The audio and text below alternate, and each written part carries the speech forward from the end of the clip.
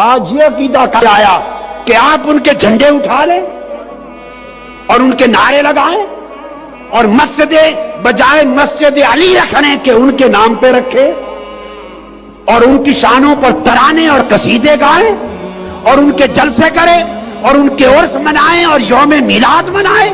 خدا کے لیے مجھے بتا دو 1300 سال میں یہ عقیدہ میں نے اپنی زندگی میں کیا ہے؟ سن، صرف امیر معاویہ کا صرف یہی معاملہ نہیں ہے کہ وہ صحابی رسول ہیں.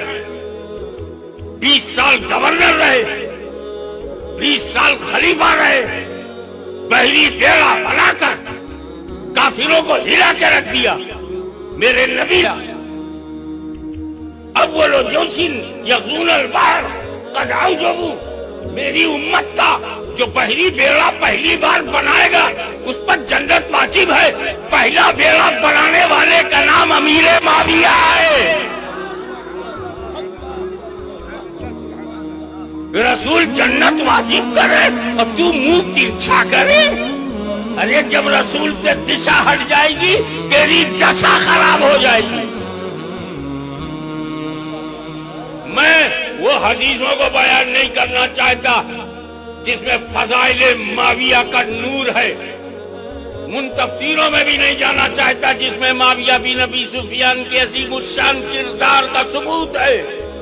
میں وہ تاریخ بھی بیان نہیں کرنا چاہتا ہوں جس تاریخ نے 40 سال میں امیر معاویہ نے نہ صرف عرب بلکہ یورپ کے اندر بھی دبدبا پیدا کر دیا تھا. میں وہ بھی نہیں بیان کروں گا.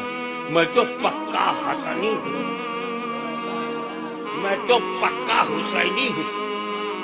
میں جانتا ہوں کہ صحابہ کے بیچ جو کچھ ہوا، صحابہ کے بیچ جو کچھ ہوا، ہم سے زیادہ جانکاری امام حسن کو ہے.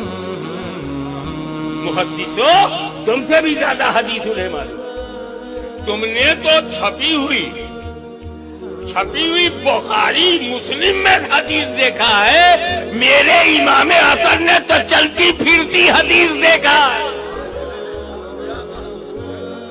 آغوش حدیث میں جس کی پرورش ہوئی ہو، مصطفیٰ کی گود میں جس نے بچپن نکالا ہو، اور جس کے لیے رسول نے کہا یہ مسلمانوں کے 2 بڑے گروہوں میں صلح کرائے گا.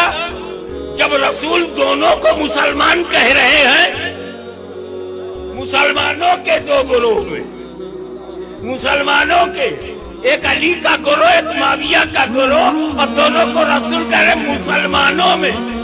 ابے رسول جسے مسلمان کہتے ہیں تیری زبان میں ہمت کہاں سے آ گئی کہ تو ان میں کسی کو منافق کہے، کسی کو دھوکے باز کہے، کسی کی توہین کرے؟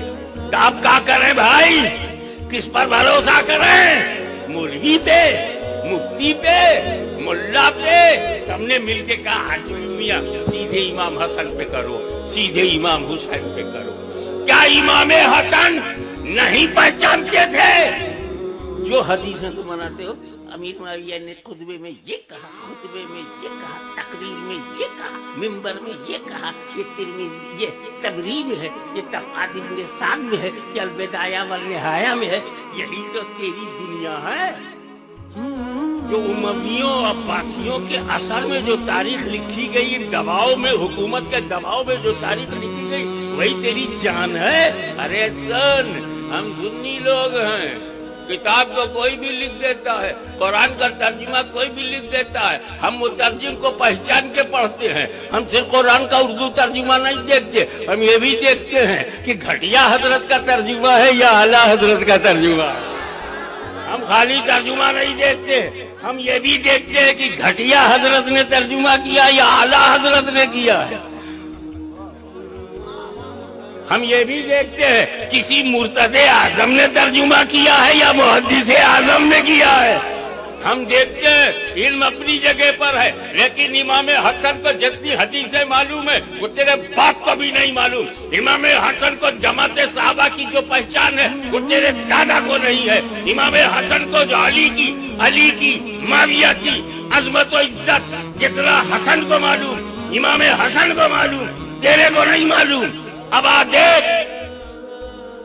دیکھ کہ امام حسن نے